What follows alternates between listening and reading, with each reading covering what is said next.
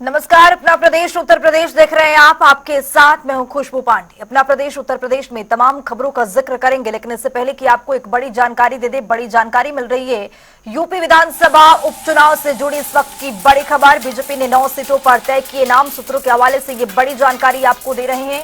एक seat RLD को देने पर सहमति बन गई है। आरएलडी को मीरापुर सीट दे सकती है बीजेपी। सूत्रों के हवाले से ये बड़ी जानकारी आप तक पहुंचा रहे हैं। निषाद पार्टी को मिल सकती है एक सीट। बीजेपी के सिंबल पर लड़ेगी चुनाव। तो यूपी विधानसभा उपचुनाव से इस वक्त की जुड़ी बड़ी और अहम जानकारी। यूपी विधानसभा चुनाव को लेकर सभी पार्टियां अपनी ताकत झोंक रही है। इसी कड़ी में बीजेपी ने तय कर लिया है कि 9 सीटों पर चुनाव लड़ेगी। एक सीट आरएलडी को देने पर सहमति बन चुकी है। सूत्रों के हवाले से आपको बड़ी जानकारी दे रहे हैं। मीरापुर सीट जो है वो आरएलडी के खाते में जा सकती है। निषाद पार्टी को भी एक सीट मिलने की अनुमान यहां पर संभावनाएं जताई जा रही हैं।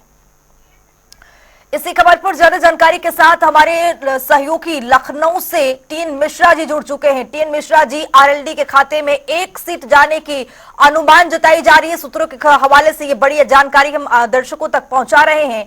अपडेट क्या कुछ है? क्या 9 सीटों पर बीजेपी चुनाव लड़ेगी? देखिए खुशबू, बीजेपी लगातार तैयार है इसके चुनाव के लिए और वो 9 सीटों में चुनाव लड़ेगी, पक्का है। क्योंकि साफ साफ कह दिया है कि 9 सीटों पर लड़ेंगे। एक सीट गठबंधन में आरएलडी को देगी, क्योंकि मीरपुर सीट पर उनका वर्चस्व पहले से है। तो माना जाए कि बीजेपी 10 में 10 सीटें जीतने का टारगेट लेकर चल रही है। तो इस टारगेट को पूरा करने के लिए उसमें सहयोगी संगठनों को ध्यान रखना पड़ेगा और जो उसके घटक हैं। अब देखिए, जो ओपी राजभर हो चाहे संजय निषाद हो, इनको भी साधने की जिम्मेदारी नेताओं दी गई है कि ये लोग भी कोई ऐसी मांग न करेंगे जिससे जो है पार्टी असहज हो। और कल जब अमित शाह के साथ सीएम योगी आदित्यनाथ और दोनों डिप्टी सीएम ब्रजेश पाठक और जो है इनको बैठक हुई, तो इन लोगों ने सीधे से वहाँ भी चर्चा हुई कि जो हमारे घटक दल हैं उनको भी हम लेके चलें साथ में, उनका भी पूरा वोट जो बैंक है वो हमें मिले और उनको बताएं किस तरह हम चाहते हैं 10 की 10 सीटें जीतें, कि ताकि जो है ओपी राजभर का और संजय निषाद का पूरा साथ मिले और आरएलडी को सीट दे करके उसका जो है वो खाता ठीक किया जाएगा, कि ताकि आरएलडी अपनी सीट जीत ले और बीजेपी 10 सीटें। लेकिन बीजेपी के इसके अलावा क्या टारगेट है? सपा की जो 5 सीटें भी हैं, जहाँ पर सपा का प्रत्याशी थे तो जीते थे, तो उनका है कि उन सीटों पे ज़्यादा तवज्जो दी जा रही है कि वो सीटें भी हासिल करने के लिए पूरी कोशिश की जा रही है। जी खुशबू। टीएन मिश्रा जी, जिस तरह से खबर सामने आ रही है कि निषाद पार्टी को भी एक सीट मिल सकती है, वो भी बीजेपी के सिंबल पर चुनाव लड़ेगी। निषाद पार्टी की ओर से जो भी सीट दी जाएगी उस पर जो बीजेपी के सिंबल पर ही चुनाव होगा, इसको लेकर क्या जानकारी? देखिए, ये सही बात है। संजय निषाद और ओपी राजभर दोनों की एक सीट मांग रहे थे, लेकिन ओपी राजभर की मांग थोड़ी धीमी थी, तो इसलिए उनको ओपी राजभर किनारे किया। अब संजय निषाद की सीट पे बात चल रही, लेकिन बीजेपी ने उनको भरोसा नहीं दिया।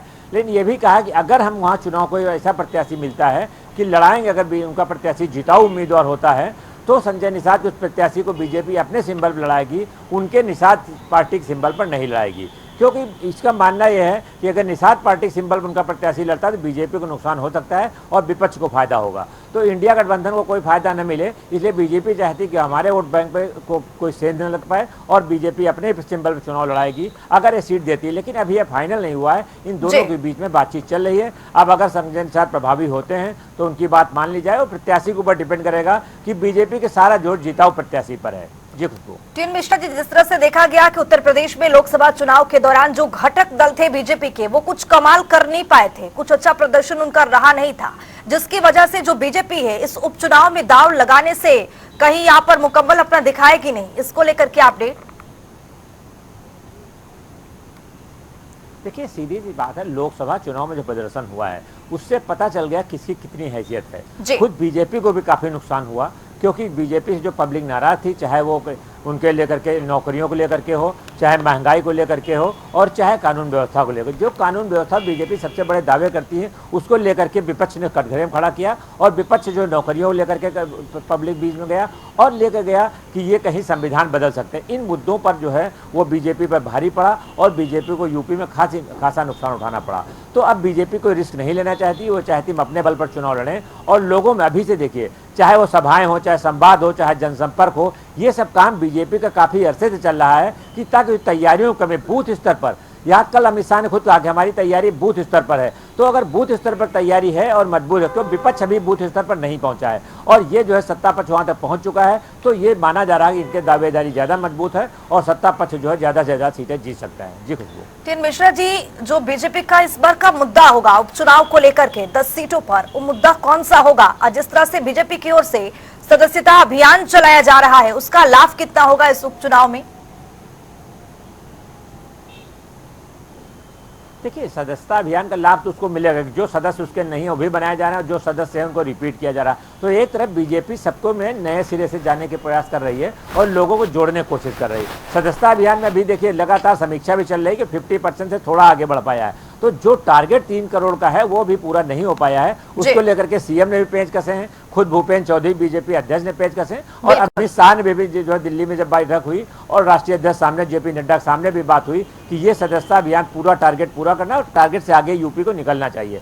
तो इसको लेकर के सदस्यता अभियान का असर पड़ सकता है और पब्लिक चूंकि नए लोग जुड़ेंगे तो उनका फायदा बीजेपी को मिल सकता है। बीजेपी सदस्यता अभियान के बहाने घर घर जा रही है और लोगों से मिल रही है, तो उसका दो तरफा फायदा है। एक तरफ चुनाव का फायदा मिल सकता है और दूसरी तरफ पार्टी को सदस्यता का फायदा मिल सकता है। बहुत शुक्रिया टीएन मिश्रा जी तमाम जानकारी साझा करने के लिए। तो आपको बता दें कि 10 सीटों पर उपचुनाव को लेकर सभी पार्टियां अपनी दमखम झोंक रही है। इसी कड़ी में बीजेपी भी लगातार भरपूर कोशिश कर रही है, सदस्यता अभियान हो या फिर अन्य मुद्दों की बात करें, तमाम मुद्दों को लेकर जनता के बीच में उतर रही है ताकि 10 सीटों पर उस उपचुनाव को जीता जा सके। बुलेटिन में आगे बढ़ेंगे, बड़ी जानकारी मिल रही है उससे आपको रूबरू कराएंगे। बड़ी जानकारी 18-19 अक्टूबर को महाराष्ट्र के दौरे पर रहेंगे सपा मुखिया अखिलेश यादव। महाराष्ट्र में सियासी जमीन तैयार करेगी सपा।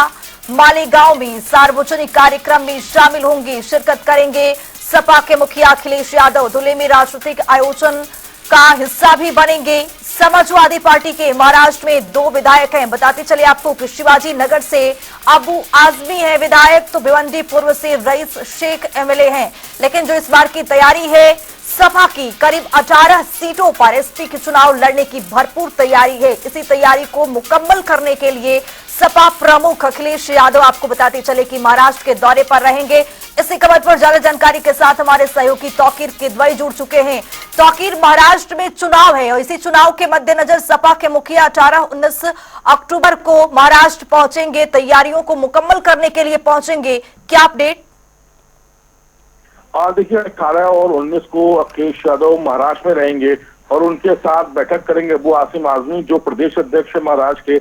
और खास बात यह है कि मौजूदा समय में 2 विधायक समाजवादी पार्टी के अभी हैं महाराष्ट्र में और इसके अलावा 8 सीटों पर वो और ज्यादा मांग करेंगे, यानी कि 10 ऐसी सीटें होंगी जो इंडिया गठबंधन में वो मांगेंगे।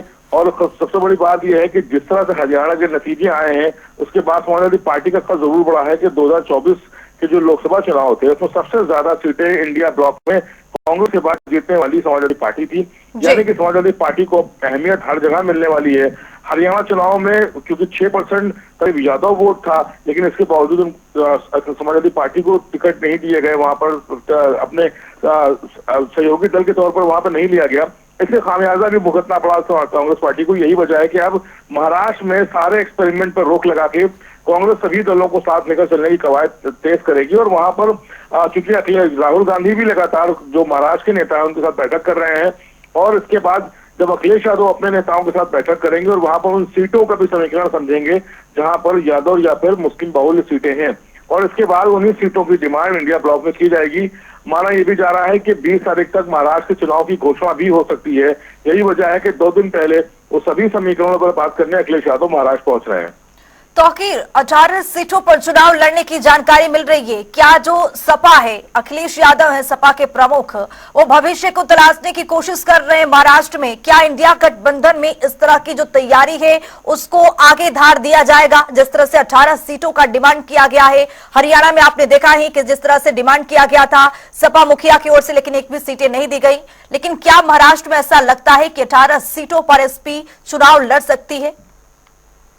देखिए, मैंने आपको पहले ही कहा कि हरियाणा नतीजों के बाद चुनावी विश्लेषक हो या पत्रकार हो या फिर वहां के जो बड़े सियासी नेता हैं, सबका कहना था कि कांग्रेस को किसी दल के साथ गठबंधन करना चाहिए था। अभी कांग्रेस उस स्थिति में नहीं है कि अकेले किसी चुनाव को राज्य में जीत सके। यही वजह है कि अब जो भी एक्सपेरिमेंट्स हैं वो सब पे रोक लगा के कांग्रेस सभी अपने सहयोगी दलों को साथ लेकर चलने की कवायद करेगी। महाराष्ट्र में भी जो अखिलेश यादव सीटें मांग रहे हैं बहरहाल उस पर बात भले ना बने, लेकिन कुछ कम करके सीटें अखिलेश यादव को वहां पर सीटें दी जाएंगी। माना यह जा रहा है कि 10 सीटें करीब ऐसी होंगी महाराष्ट्र की जिसमें समाजवादी पार्टी को दिया जा सकता है। और क्योंकि पहले ही वहां पर सहयोगी दल बहुत से हैं, एनसीपी है और उद्धव ठाकरे का गुट है, इसके अलावा कांग्रेस है। अब आम आदमी पार्टी भी कुछ ना कुछ डिमांड करेगी वहां पर, जाहिर तौर पर सबको साथ लेने की कोशिश होगी। और ऐसे में समाजवादी पार्टी को 10 सीटें मिलने का अनुमान है कि वहां पर उनको 10 सीटें में इंडिया ब्लॉक दे सकता है। और इसके अलावा अखिलेश यादव की जो भूमिका है वो दोनों जगह नजर आएगी, क्योंकि ये भी तय माना जा रहा है कि महाराष्ट्र चुनाव के साथ ही उत्तर प्रदेश की जो 10 विधानसभा सीटों पर उपचुनाव होना है उसमें भी वो डेट भी एक साथ अनाउंस होगी महाराष्ट्र चुनाव के साथ। ऐसे में दोनों जगह की जिम्मेदारी। जैसा कि आप देख सकते हैं कि जिस तरह से उत्तर प्रदेश में 10 सीटों पर विधानसभा का उपचुनाव है और यहाँ पर तालमेल बैठती हुई पूरी तरह से नजर नहीं आ रहा है, तो महाराष्ट्र में किस तरह की उम्मीदें यहाँ पर लगाई जाए कि जो सीट मांग रहे हैं अखिलेश यादव 18 से 19 पर बात हो सकती है, तो क्या इसको लेकर राजी हो जाएगी वहां पर इंडिया गठबंधन के लोग? देखिए, समाजवादी पार्टी के राष्ट्रीय अध्यक्ष अखिलेश यादव ने हाल में एक बयान दिया था और कहा था कि इंडिया गठबंधन जैसे था वैसे ही है और वैसे ही रहेगा। यानी कि तस्वीर साफ है कि चाहे वो 2 सीटों पर बात हो चाहे 3 सीटों पर, कांग्रेस हर हाल में समाजवादी पार्टी के साथ राजी हो जाएगी और उत्तर प्रदेश में भी साथ में चुनाव लड़ेंगे। और महाराष्ट्र में भी राहुल गांधी और अखिलेश यादव मिलकर जो तय करेंगे उसके बाद वहां पर भी माना जा रहा है कि समाजवादी पार्टी को सम्मानजनक सीटें देने के बाद वहां पर भी वो साथ में नजर आएंगे। यानी कि जो भी उठापटक मची हुई है इसको, क्योंकि हरियाणा नतीजों के बाद कांग्रेस का भी मोरल डाउन हुआ है, ऐसे में कहीं ना कहीं अब हर जो राज्य के चुनाव हैं उन सभी जगहों पर सहमति बनती नजर आ सकती है, चाहे वो समाजवादी पार्टी हो चाहे आम आदमी पार्टी हो और या फिर जो क्षेत्रीय पार्टियां हैं महाराष्ट्र की, उद्धव ठाकरे या एनसीपी, उनके साथ भी पूरी तरह से तालमेल बिठाने की कोशिश कांग्रेस ही करेगी। उत्तर प्रदेश में माना जा रहा है कि 3 ऐसी सीटें होंगी जो कांग्रेस के खाते में जा सकती हैं। बहुत शुक्रिया तौकीर तमाम जानकारी साझा करने के लिए। तो महाराष्ट्र के दौरे पर जाएंगे सपा के मुखिया अखिलेश यादव और यहां पर तालमेल बैठाने की कोशिश की जाएगी। महाराष्ट्र में 18 सीटों पर एसपी के चुनाव लड़ने की तैयारी है। इस तैयारी को धार देने के लिए, मुकम्मल करने के लिए सपा के मुखिया महाराष्ट्र के दौरे पर होंगे।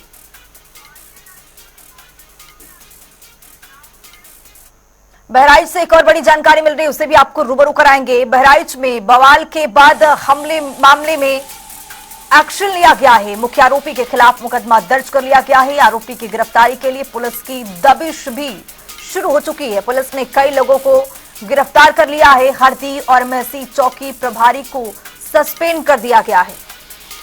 ये बड़ी जानकारी आपको दे रहे हैं।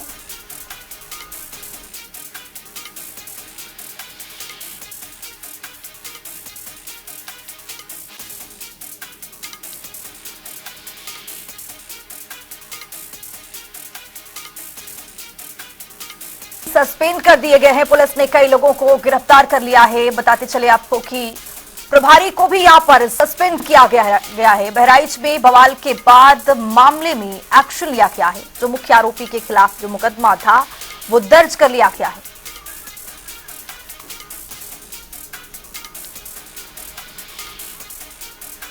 एक और बड़ी जानकारी मिल रही है, उससे भी आपको रूबरू कराएंगे। बड़ी जानकारी, बहराइच बवाल पर मुख्यमंत्री योगी सख्त नजर आए हैं। सीएम योगी ने कड़ी कार्रवाई के आदेश भी दे दिए हैं। माहौल बिगाड़ने वाले बचेंगे नहीं, मुख्यमंत्री की ओर से ये कहा गया है। अधिकारियों को सीएम योगी के आदेश जारी कर दिए गए हैं। उपद्रवियों की पहचान पर कार्रवाई हो तो मुख्यमंत्री भी यहाँ पर सख्त होते हुए नजर आ रहे हैं। उपद्रवियों की पहचान कर ली जाए जिसके बाद कार्रवाई होगी। सीएम का यहाँ पर सख्ती देखा गया है। सीएम ने एक बयान दिया है कि इस तरह के उपद्रव जो करने वाले लोग हैं, जो माहौल बिगाड़ना चाहते हैं, उन पर सख्त कार्रवाई होगी। तो बहराइच बवाल पर सीएम योगी पूरी तरह से सख्त नजर आ रहे हैं। उपद्रवियों की पहचान कर कार्रवाई हो, ये आदेश जारी कर दिया गया है मुख्यमंत्री की ओर से। तो बहराइच बवाल पर सीएम योगी पूरी तरह से सख्त नजर आ रहे हैं। मुख्यमंत्री की ओर से साफ तौर पर कहा गया है कि जो माहौल बिगाड़ने की कोशिश करेगा उस पर सख्त कार्रवाई होगी। तो अधिकारियों को सीएम योगी ने दिशा निर्देश भी दिया है। उन्होंने कई आदेश भी यहां पर दिए हैं। तो बहराइच बवाल पर सीएम योगी का सख्त रूप देखा गया है। तो मूर्ति विसर्जन को लेकर के जिस तरह से पथराव हुआ, जिस तरह से माहौल को खराब करने की कोशिश की गई, इन सब को लेकर के मुख्यमंत्री अब सख्त नजर आ रहे हैं। दिवाकर पांडे हमारे सहयोगी बहराइच से जुड़ चुके हैं। दिवाकर, क्या अपडेट? जिस तरह से मूर्ति विसर्जन को लेकर के बवाल छिड़ा, कुछ उपद्रवियों ने यहाँ पर उपद्रव करने की कोशिश की, उसको लेकर के मुख्यमंत्री अब सख्त हो गए हैं, कह रहे कार्रवाई यहाँ पर निश्चित तौर पर होना है, क्या अपडेट? देखिए, फिलहाल कल रात में जो बवाल हुआ था उसको लेकर के लगातार पुलिस प्रशासन लगातार गश्त पर है, रूट मार्च हो रहा है और यहाँ पर हालात फिलहाल सामान्य है। जो एडीजी गोरखपुर के हम मौके पर कैंप कर रहे हैं, डीएमएसपी मौके पर है, साथ ही साथ कमिश्नर और डीआईजी भी मौके पर है, स्थानीय जनप्रतिनिधि भी मौके पर है, वो भी लगातार संपर्क में रहेंगे। फिलहाल जो है यहाँ पर शांति व्यवस्था नजर आ रही है और जो युवक की कल हत्या हो गई थी उसका 100 पीएम करके उनके परिजनों को सौंप दिया गया, तो ये दो लोग अंतिम संस्कार करेंगे। कुल मिलाकर के हालात सामान्य है। जी दिवाकर, क्या उपद्रवियों की पहचान हो पाई है? आखिर वो कौन लोग थे जो माहौल को खराब करने की कोशिश कर रहे थे? देखिए, कल रात में जो है वो कई लोगों के खिलाफ मुकदमा लिखा गया है, कुछ लोगों को हिरासत में लिया गया है, पूछताछ जारी है, वीडियो फुटेज निकलवाए गए हैं, उनके आधार पर पुलिस लगातार लोगों को चिन्हित कर रही है और छापेमारी लगातार की जा रही। 2 दर्जन से अधिक लोगों को हिरासत में लिया गया है, पूछताछ जारी है, एक शख्स को गिरफ्तार भी किया गया है, साथ ही साथ पूरे थाने और चौकी को सस्पेंड किया गया है। इस प्रकार लगातार प्रशासन कार्रवाई भी कर रहा है और साथ ही साथ पूरे क्षेत्र में जो है वो पुलिस प्रशासन की गाड़ियां रूट मार्च कर रही है, मौके पर शांति व्यवस्था कायम है। जी बहुत शुक्रिया दिवाकर तमाम जानकारी साझा करने के लिए। तो बताते चले, बहराइच बवाल पर सीएम योगी सख्त नजर आ रहे हैं। अधिकारियों को सीएम योगी ने आदेश दे दिया है, उपद्रवियों की पहचान कर कार्रवाई हो। तो दुर्गा विसर्जन के दौरान कुछ उपद्रवियों की ओर से माहौल बिगाड़ने की कोशिश की गई, पथराव किया गया, जिसको लेकर मुख्यमंत्री सख्त होते हुए नजर आए कि आखिरकार जो भी माहौल खराब करेगा उसके ऊपर सख्त कार्रवाई होगी। ये मुख्यमंत्री की ओर से बयान दिया गया है। बुलेटिन में वक्त है ताबड़तोड़ खबरों का। कासगंज में सपा युवजन सभा ने निकाली है जन जागरण साइकिल यात्रा, सांसद विधायकों ने लिया हिस्सा। प्रतापगढ़ में पंजाल में स्थापित देवी मां की मूर्ति हुई विसर्जित, गाजे बाजे के साथ भक्तों ने की है मां की विदाई। मिर्जापुर में ट्रक और बाइक की हुई भीषण टक्कर, सड़क हादसे में 3 लोगों की हुई मौत, पुलिस ने शव को कब्जे में लेकर शुरू की कार्रवाई। रेलवे रोड निर्माण कार्य के लिए फर्रुखाबाद विकास मंच ने भरी हुकार, दीपावली बाद निर्माण कार्य शुरू नहीं हुआ तो होगा आंदोलन। देवरिया के सदर कोतावली में पहुंचे सीओ सिटी संजय रेड्डी, न्याय मांगने गए पीड़ित को थाने से डांट कर भगाया गया। Farrukhabad district co operative bank Fatehgarh में सहकारिता मंत्री ने की समीक्षा बैठक, बैंक की समस्याओं को लेकर हुआ है विचार विमर्श। वाराणसी के नाटी इमली मेले में भगदड़ मची, पुष्पक विमान के साथ पहुंचे यादव बंधुओं को पुलिस ने रोका। बदायूं में मुस्लिम समुदाय के लोगों ने 2 महिलाओं को जमकर पीटा, एक महिला की उपचार के दौरान मौत, परिजनों ने शव सड़क पर रखकर लगाया जा। बिजनौर में वकील के ऑफिस में घुसकर युवकों ने की मारपीट, हमलावरों ने ऑफिस में रखा कंप्यूटर व सामान तोड़ा, मारपीट की घटना का सीसीटीवी वीडियो हुआ वायरल। लखनऊ नगर निगम की अनदेखी फिर उजागर, विकल्प खंड पार्क की सफाई में जुटे स्थानीय निवासी। अमेठी में आवारा सांड के हमले से बुजुर्ग की हुई दर्दनाक मौत, परिजनों का रो रो कर बुरा हाल। लखीमपुर खीरी में विधायक योगेश वर्मा ने सुरक्षा में तैनात 2 गनर किए वापस, विधायक ने दोनों पुलिस अफसरों ने मिलने से किया इनकार। बरेली में मछली पकड़ने का सामान रखने का विरोध करने का मामला, दबंगों ने लोहे की रॉड लाठी डंडों से पीटकर किसान की हत्या, पुलिस ने मामले में केस दर्ज कर आगामी कार्रवाई शुरू। बरेली में पुलिस की सर्विलांस टीम ने गुम हुए 45 मोबाइल फोन किए बरामद, मालिकों को किए वापस। प्रतापगढ़ में तेज रफ्तार बाइक ने एक शख्स को मारी है टक्कर, हादसे में 2 लोग घायल, पुलिस ने इलाज के लिए अस्पताल कराया भर्ती।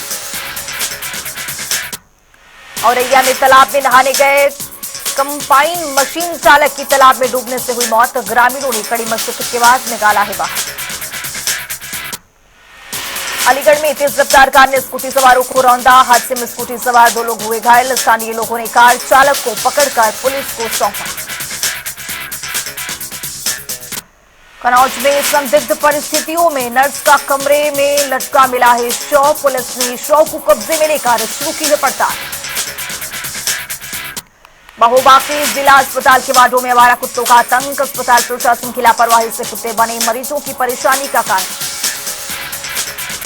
आगरा में तेज रफ्तार कार अनियंत्रित होकर पोल से टकराई। बड़ा हादसा होने के चला। घटना का वीडियो हो रहा जमकर वायरल। आगरा में एक महिला को कई महिलाओं ने दौड़ा दौड़ा कर पीटा। महिला पर गंदा पानी रास्ते में डालने का आरोप। घटना का वीडियो वायरल। फिरोजाबाद में पुलिस को मिली बड़ी कामयाबी। मुठभेड़ के दौरान याक नामक बदमाश को किया काबू। अमरोहा में कर एजेंसी कर्मचारियों की गुंडागर्दी। सीसीटीवी कैमरे में कैद। कार रिपेयर कराने आई वक्त को बेरहमी से पीटा गया। रायबरेली में शोहदों का बड़ा आतंक। एंटी रोमियो टीम हुई फेल। 1 महीने से शोहदे शिक्षिका को कर रहे परेशान। रायबरेली में ग्राम प्रधान व सचिव सहित 60 पर धोखाधड़ी का केस दर्ज। फर्जी तरीके से मृत्यु प्रमाण पत्र बनाने और परिवार रजिस्टर में जालसाजी के साथ नाम दर्ज करने का गंभीर आरोप। रायबरेली में मूर्ति विसर्जन के दौरान 2 पक्षों में हुई मारपीट। मारपीट का वीडियो राहगीर ने बनाकर किया है वायरल। जांच पड़ताल में जुटी है पुलिस।